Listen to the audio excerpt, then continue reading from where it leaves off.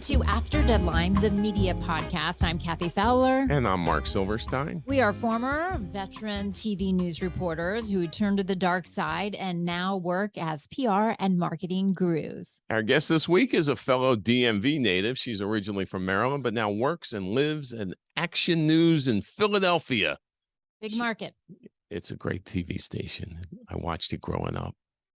She's an Emmy award-winning journalist with a boatload of experience covering breaking news, including the arrest of Freddie Gray during her time as a reporter in Baltimore at WJZ. We're excited to welcome Christie Ileto to the show. Thanks for joining us. So you right now are working at in Philly, but before that you've worked in Huntsville, Alabama, Albuquerque, New Mexico, WJZ. I actually worked there in Baltimore back in the day. So you've you did? That's great. I think it was black and white back then. I think all the film cameras.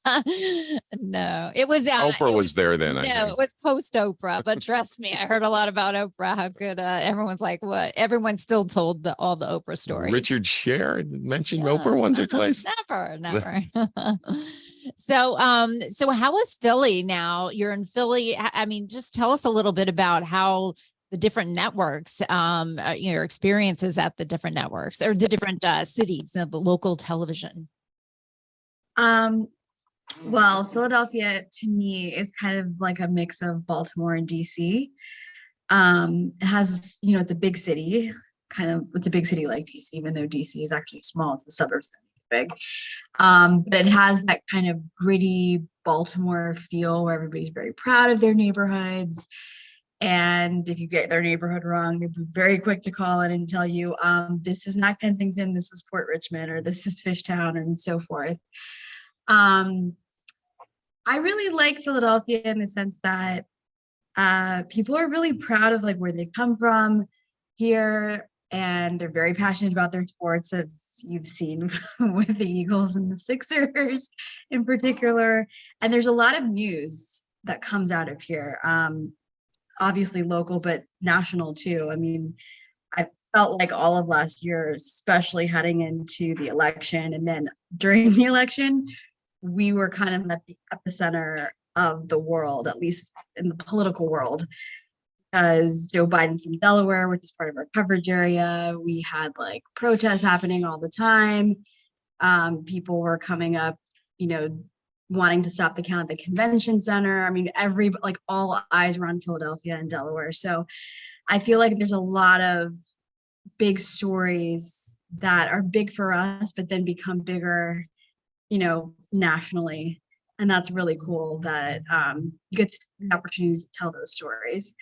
But my first job in Alabama, while I did not want to go there, that place holds a very special place in my heart, just because I feel like that's where I grew the most professionally and personally.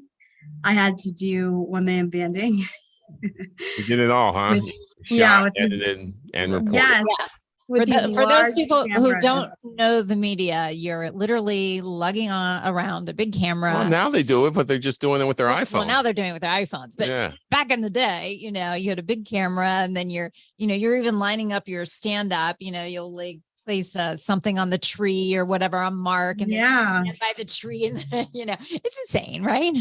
It was crazy, and I did it all. I did it for like a little over a year, but I really enjoyed the fact that it took me out of my comfort zone and out of my element, and it allowed me to grow in the sense of working with people that I wouldn't necessarily see myself associating with. And I'm not talking about like coworkers, I'm talking about people that I was covering, because I had never lived outside of the DC area before, with the exception of going to Northwestern.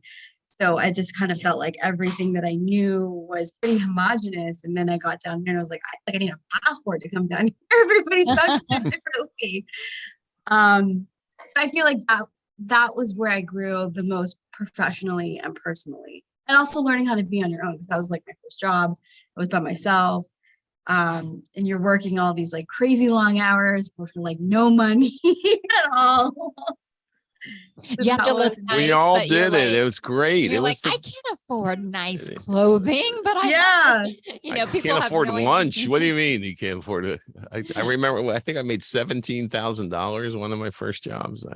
I made $3.25 an hour. I don't even know what that was salary wise, but I'm like, it's bad. I think $17,000 was a pay hike. I think actually I got knocked up to probably to 17. But you talked about so much there that I really want to jump on the sports teams. Okay, Philadelphia. They always had they back at the old days at the Vet, they actually had a court in the building in the yes, I did hear this. They don't have that at Citizens Bank, right? No, well, not that I know of. I haven't been told about any court or jail underneath the stadium. I always hear about the stories of how they threw snow at Santa. I was at the game where they booed the Easter Bunny. The Easter Bunny was supposed to come in on a balloon, a big balloon, and it was too windy, and they just booed the Easter Bunny, which was not as good as booing Santa, but second. Yeah, I always get a bad rap though, but I don't know. They're kind of growing on me, just because I'm from the DMV. Obviously, like I grew up watching a team that's also in their division that I will not name. But what I do love about covering the Eagles when we do cover them, and I don't cover like sports, but I cover like the fans and all of that, especially on their road leading up to the Super Bowl, was just the fact that when you talk to a lot of the fans, they say, listen, this is part of like our family traditions. Like we would go to church and then we would go to the Vet, or we would go to the link and we would watch the games like every Sunday. Like this was part of our blood and our DNA. Like my grandfather did it, my dad did it, I'm doing it, and I'm now doing it with my son. And you're like, wow, that's really cool, because I just feel like that's not how it is everywhere else. No, yeah. You know what I mean? In Philly is very different. Like DC in the DMV area, I feel like Baltimore and Philly are so much more like, as you said, like cities, and they have a relationship with their reporters and their TV personalities very different than I think the Washington market. I mean, Washington with Vance and the old crew, but not George Michael, not as much anymore. Yeah. Not anymore. But Baltimore. I grew up watching all those people. I'm like obsessed. J.C. Hayward, Maureen Bunyan. So who was your idol? Who did you idolize? Andrea Roan. Andrea Roan.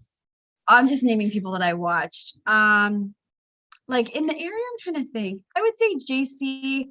Oh my God, James Adams was on NBC4. Pat Collins was great. Oh my gosh. Jim Vance was really good. He was amazing. Yes. But you also are working with the legend. Oh my God, Jim Gardner. Jim Gardner, who's retiring at the end of this year. Nobody wants to hear about unhappy things. We do not speak of it. I grew up watching Jim Gardner. I watched Larry Kane. I grew up watching action. I grew up in Wilmington. Okay. Which is you just tell people you're from South Philly. You don't tell people. And Larry Kane, then Jim Gardner, Jim O'Brien, Gary Papa, all the legendary names that were there. I mean, what is it like to be working with such a legendary? I mean, for the ever and ever, it was the #1 newscast in the country, #1 local newscast. I mean, what is it like to work at such an iconic place? Well, I think just working with him is like working with greatness. You want to dial it up when you have a story that he is the one that's tossing to you. And when I first got to Philadelphia, I think I spent like 1 week working during the day. And then they're like, okay, you're going to night side. And I was like, okay. And that's the shift that Jim works. And so pretty much every night I would share the screen with him in a double box. And it didn't really dawn on me until I kept going out and out, because I wasn't from here, just how special it was to have him say your name and to have him like tossing to your story. And then also, if you needed help with something, he would be very quick to say, hey, why don't you try this? Why don't you try that? Or, hey, that didn't look so good the last time you did it. Why don't you do it differently? And then when he would compliment you, which his compliments are, they If he gives you a compliment, then it actually means something, because he's not just doling them out. Yeah.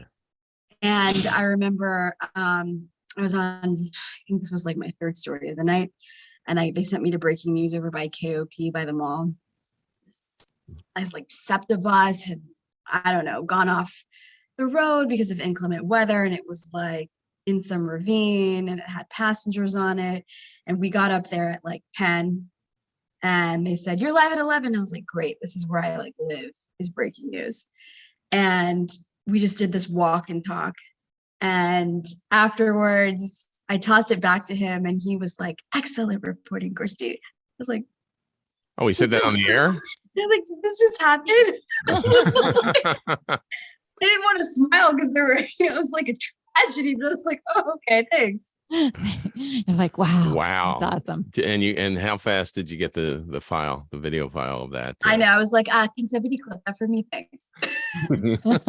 I will be saving that video clip. It's like that scene, and it's an older movie now at this point, but Broadcast News, where Albert Brooks would wait for, he would see the smile or something on Jack Nicholson's face, who was the main anchor, and he would would revel in it. And he would tell the editor who was playing it back for him, "Don't tell anybody I do this."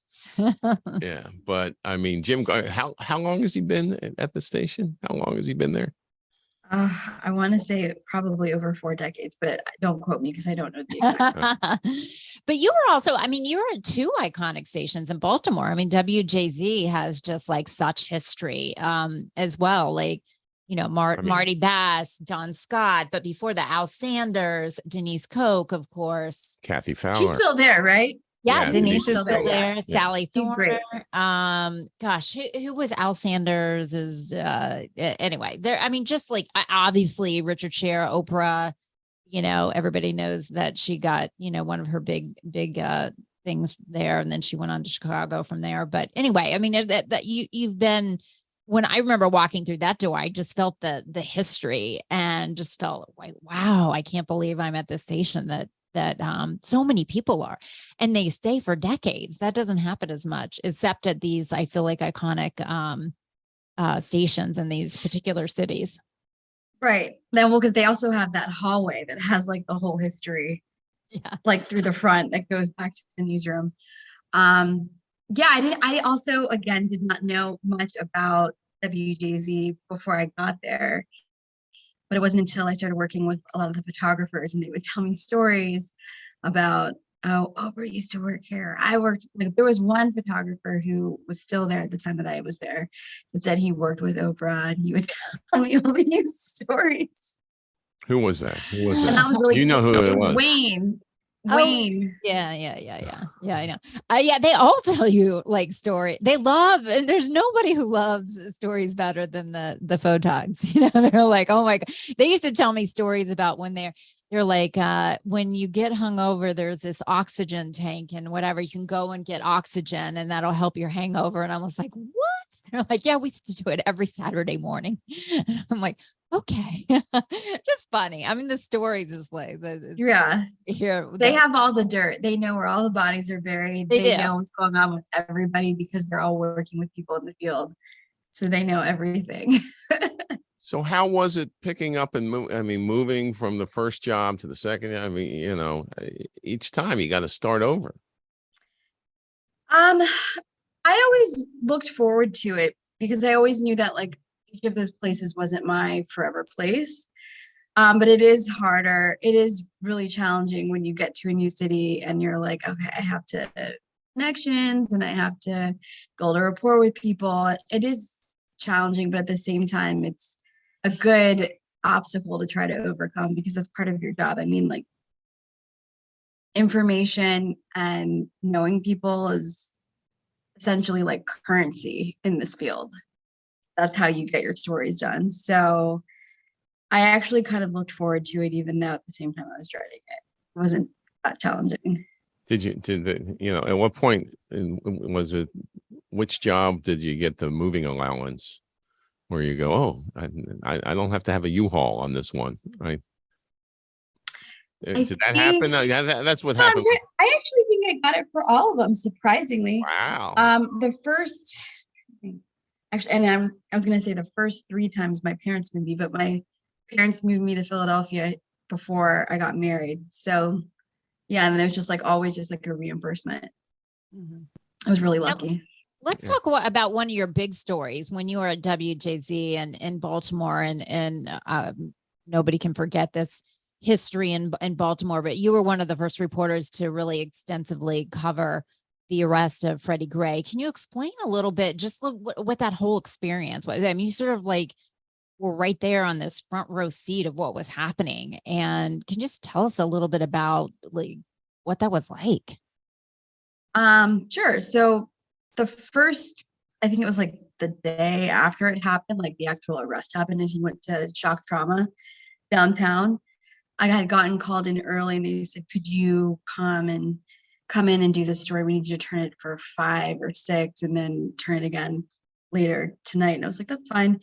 So I met the girl that had the video that everybody saw of him getting handcuffed, and we did an interview, and I spoke to his stepdad, and I thought it was just like, okay, that was it. Like, that's the story. That's it.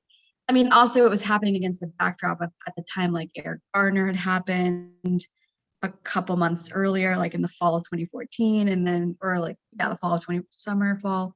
And then the same down in Ferguson, that one had also, with Mike Brown, that had also happened. So I think this was like, we're starting to see kind of like a trend. But I thought like, oh, that's the last story. Like, we're probably not going to cover much about this. And then it was like protest, protest, protest. So that was a Monday. It was like Tuesday, Wednesday, Thursday, Friday protest. I spent like the whole week doing protest. Then the next week, I get a call, come in early right now. These kids are just got out of school. They're all assembling like around Mondawmin Mall. Something's going on, blah, blah, blah. So I come in, the photographer that I normally work with that Monday, on Mondays, we went up there. And I was like, I don't understand what's happening. Like, these kids are just standing around. I'm looking at police on one side of the street. These kids are on the other side. They're kind of like exchanging words, but I didn't know what was happening. I was like, this is really weird. And then in a matter of seconds, it changed so quickly because like you start to see one brick fly across the street, then 5, then 10. And then it was just like they were under siege. And I'm sitting here like, is this really happening? And then my photographer goes, we have a DeGiro. We have to power up. Let's go. Like, we're going on. I was like, okay. And we were on, I think, until about like 1 a.m. I didn't get home until like 2:33.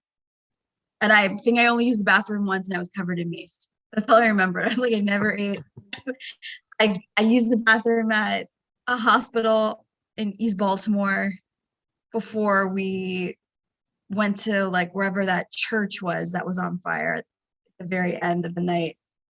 But I couldn't believe what was happening. I was like, is this, I'd never seen anything like this before. I was like, I think I'm living like 40 years ago, like with the 1968 riots I heard about and I read about in history books, but never thought that I was gonna live through or witness. And I was just watching all of this unfold, and I just couldn't believe my eyes. Could you at the time separate or I know in those situations you just get so in the zone that you're doing your job, and did you not really have time to process what was happening until afterward, because it's like live shot, live shot, live shot, and you can't even think about, wow, I might be in danger. For CBS too. You were doing live shots for CBS. I mean, you were doing yeah, stuff out there. So then like the following week it was still like more protests, and I was doing live shots for them too. Yeah. I mean, I didn't have time to really like think about what was happening. I was like, okay, compartmentalize. We have a job to do. We have a story to tell. What are you seeing? Mm-hmm. Did you feel, and that was did you have time to think about, oh crap, I could be in danger? Because at that point when you first went, they didn't know it was a situation. So sometimes news crews will be sent with security guards if you know you're going into a situation that potentially could be dangerous, but you guys didn't know that at that time, right? You're just covering a story. So it's you and your photographer out there. And it unfolded. I mean, they're throwing cans full of, lit cans, fire, they're rocks. I mean, everything, as you said. Did you guys get backup, or, or they were like, oh, we need to like protect our crews? No, what I will say, and I think a lot has changed from that one to 2020, right, with George Floyd. But because that was like a whole other situation, like when you're covering that. But with what happened in Baltimore, at least for me, I think because I had two photographers with me. I had a photographer named Judy and then another one named Eric Scott. I'm sure you remember. Heavy. Yes, Heavy. Who I miss a lot. So I had the two of them, and because I had been covering that story every day the week before, the family and the community knew who I was. And I think that played a huge part. I don't want to say in like my protection, but just in the fact that they knew who I was.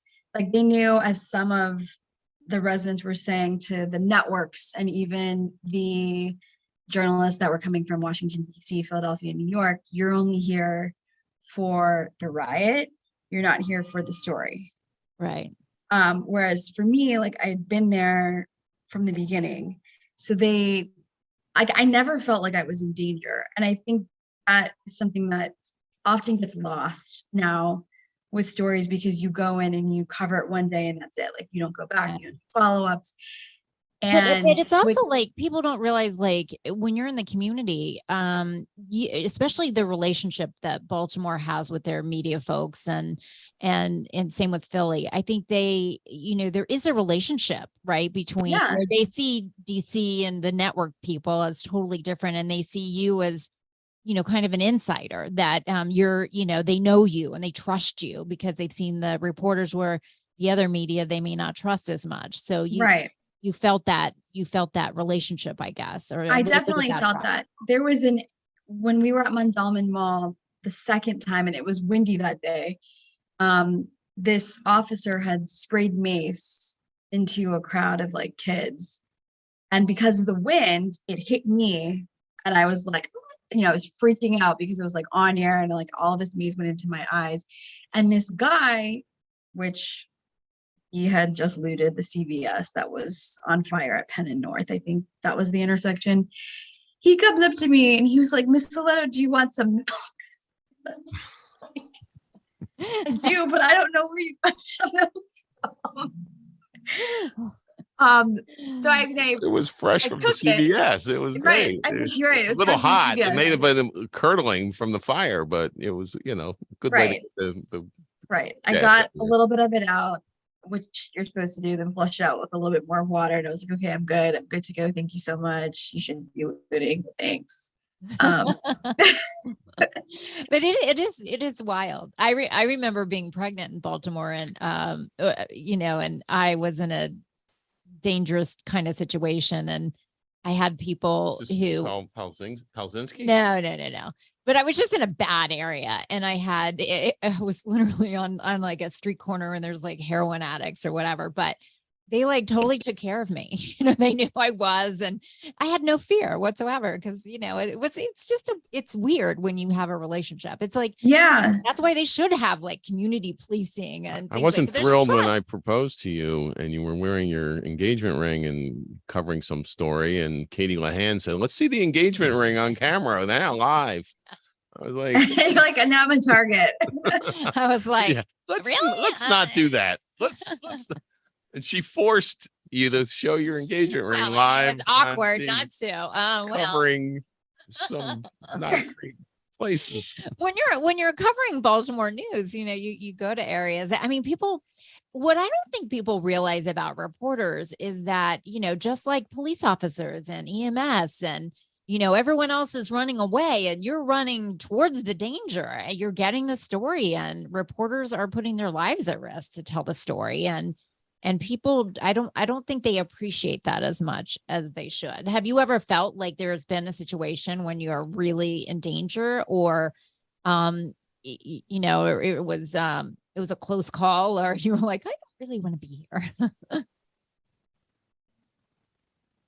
Well, it's hard, and it's really hard because the joke when I used to work at night, because now I am a third anchor for our 4:00 newscast, so I work during the day. And I'm not really on the street like this anymore. But when I used to work at night up until like last fall, the joke among the photographers at night was that I would go to the most dangerous places and be fine, which I'm sure, Mark, you've heard, like Kensington is the epicenter of the heroin epidemic. And that would be like the place that I would always be like, I'm going to go live here. I mean, I was pregnant in drug dens, like talking to drug dealers about the opioid epidemic and opening up, I think it was like safe injection sites. And when my husband found out where I was, he was like, why are you going there with my child? I was like, well, I mean, it's like my job. I was going to ask that question, but I didn't know if that was a proper I was like, question. this is my job. This is what I'm doing. He's like, I don't like, aren't you scared? I don't like that. I was like, no, these people know me. I know them. Like, they're fine. They're harmless. They're not going to do anything to me. Yeah. Well, you said something really interesting, which is that you live for live. You love breaking news. I love it. What is it about breaking news? And, when did you decide that this is a passion? I think it's just, I tend to do my best work under duress. And for me, that's just, it's calming. I don't know why, but when everything is chaotic around, it's when I become the most calm. And that's when I'm able to, it's like, boom, boom, boom, boom, boom. Here are the facts. Here's what you need to know. We'll update it in our next hit. Next. And it's just easy for me to just spit out what I need to spit out that we know or is confirmed. And there's such an adrenaline rush with that. I don't know what it is, but I really enjoy it. And what do you enjoy? I mean, do you like just being the person that explains the situation to people, like being the storyteller? Like, what do you love most about journalism? Trying to get people to understand things that, trying to take them and walk in other people's shoes so they maybe have an idea of what someone else's life is like or what someone else's story is like. I mean, what do you love about the storytelling? Well, so I consider myself a storyteller at the heart. And it's just what you said. It's to get people to think or meet people through my stories, through the lens of what I'm telling them, and see these people that they wouldn't necessarily interact with in a different way. And for example, during election week, we also had an officer-involved shooting in West Philadelphia that ended up becoming like a national story. This guy named Walter Wallace. And I was sent out there and I turned a story like for that night. And one of the neighbors who like didn't really want to go on camera, but I said, listen, like, you don't have to face the camera. He's going to see I'm back here. I've got like the mic tucked underneath my arm and we're just talking. It's like a wide shot.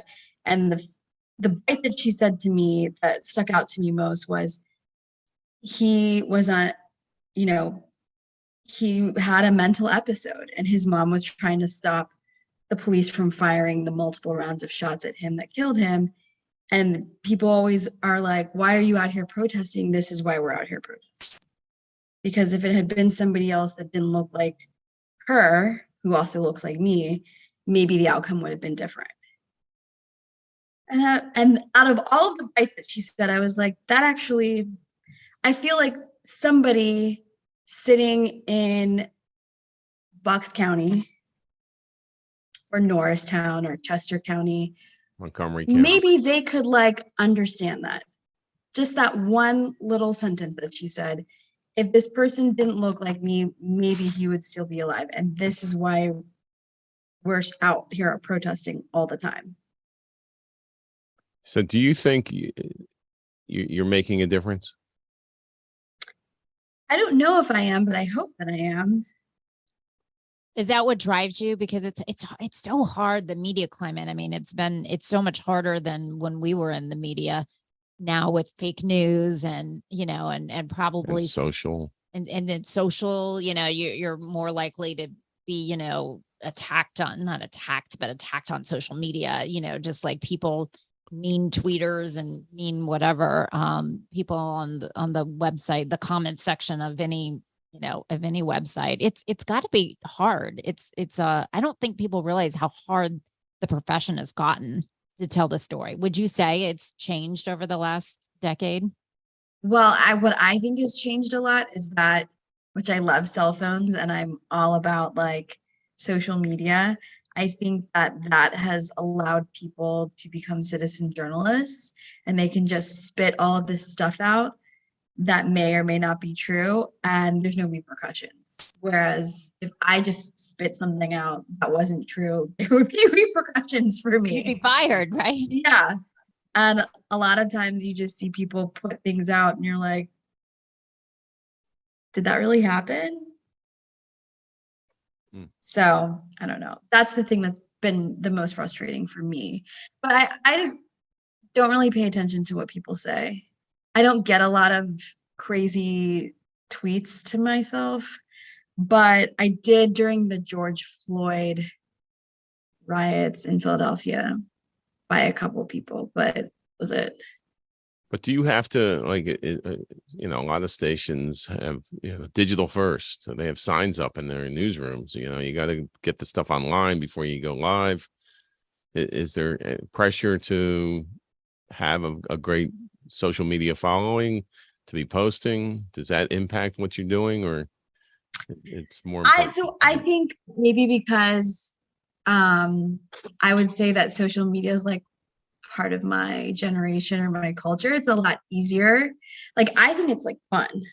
So for me, like today there was a mall shooting at KOP. It was initially came out as a mall shooting. It wasn't. Well, let me translate that for Kathy. King of Prussia Mall. It's the second largest mall in the country, right? Isn't it? Sorry, yeah, second largest behind Mall of America. Behind Mall of America. Yeah.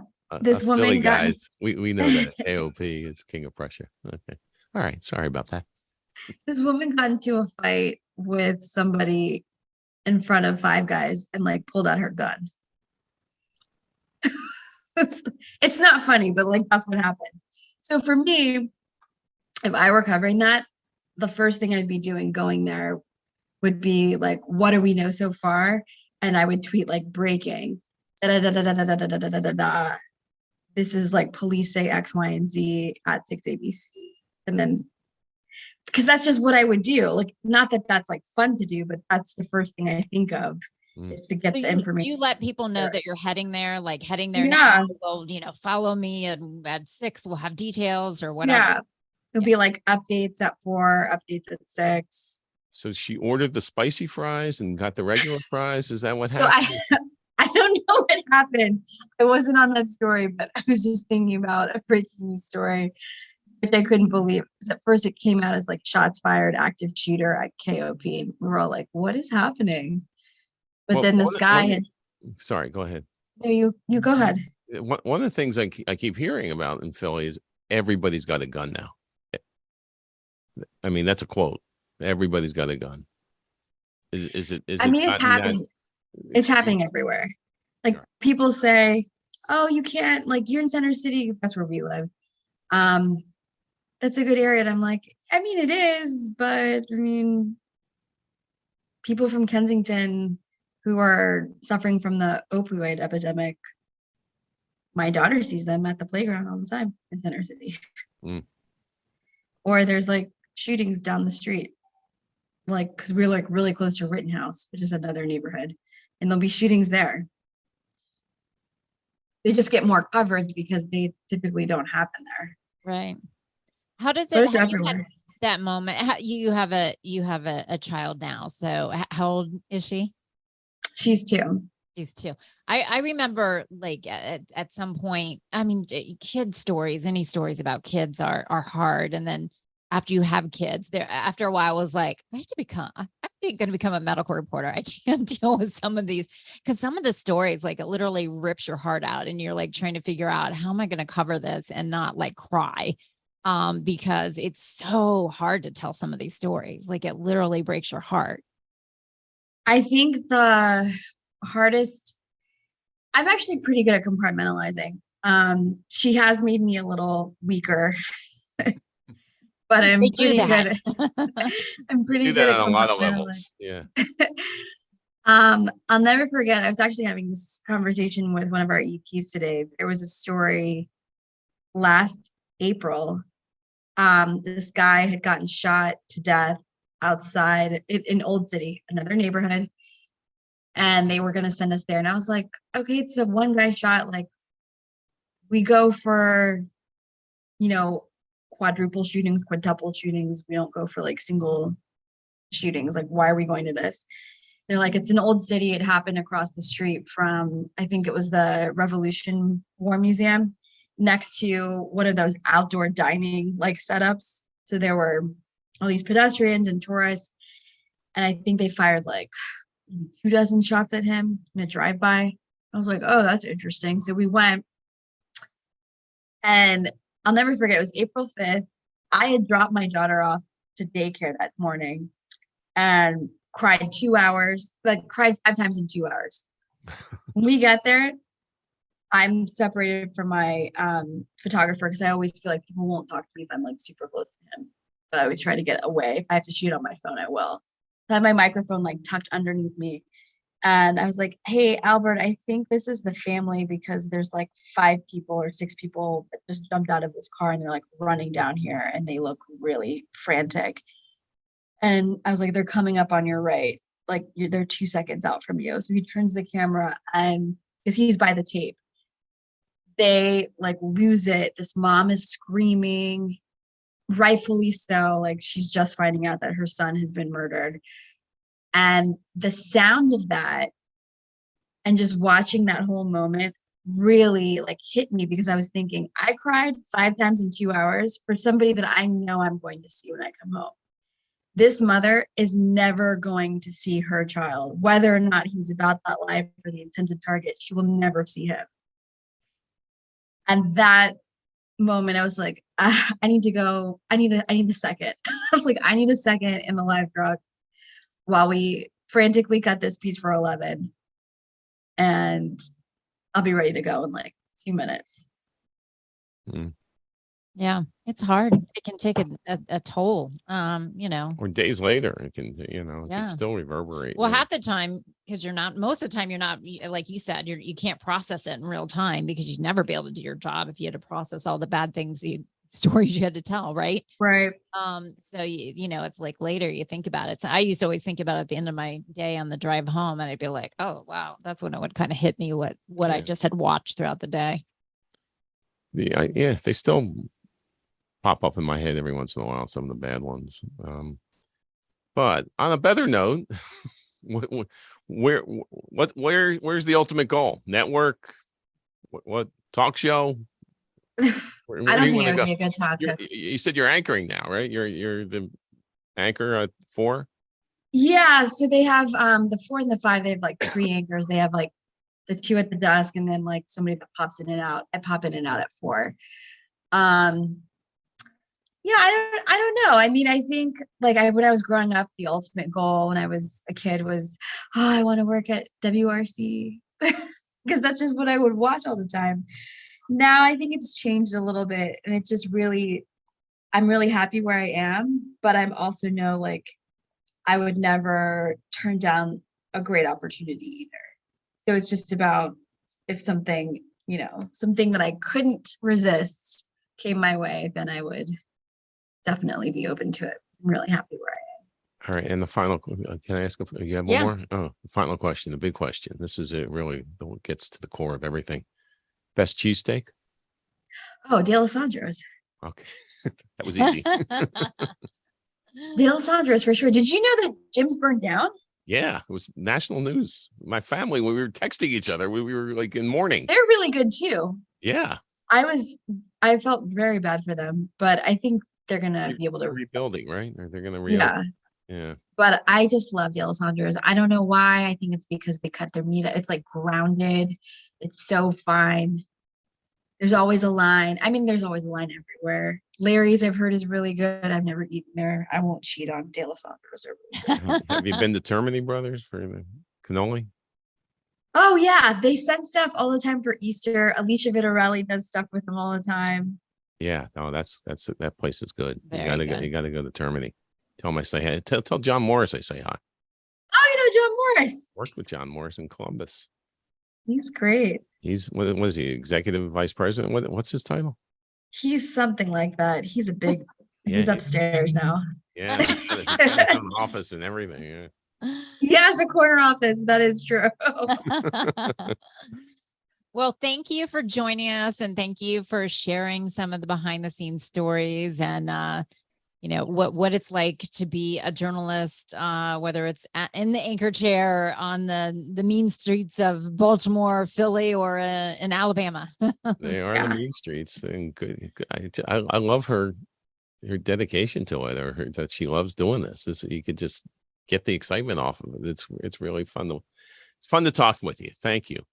Thank you guys for having me and for thinking of me. I really appreciate it. You got it. I mean, she, serious topics, but the angles that she brings to it, the love of the breaking news, going live, and that she was covering the protest and she only went to the bathroom once. I mean, the things you remember, it's really interesting. Well, also people don't realize when you're out there doing all those live shots, half the time there is no bathroom and there's no place to go. That's exactly, that was the moment I decided to get out of the business. And when you're like trying to, when the photographer in a live truck handed me a cup. Yeah. He said, you're like, it's come to this. It was, I was covering something on Capitol Hill once, and it was early in the morning, and I was drinking a lot of coffee, which didn't matter when it was dark, but when the sun came up, you can't, pick a tree at the Capitol Hill. It gets a little bit harder. Well, we hope you enjoyed this week's episode. After Deadline, the media podcast is a production of On the Mark Media. If you enjoyed what you heard today and want to hear more of our interviews with incredible journalists across the country and around the world, actually, be sure to follow us on social media at On the Mark Media and subscribe to After Deadline wherever you listen to your favorite podcasts. Until next time, we'll catch up to you after Deadline.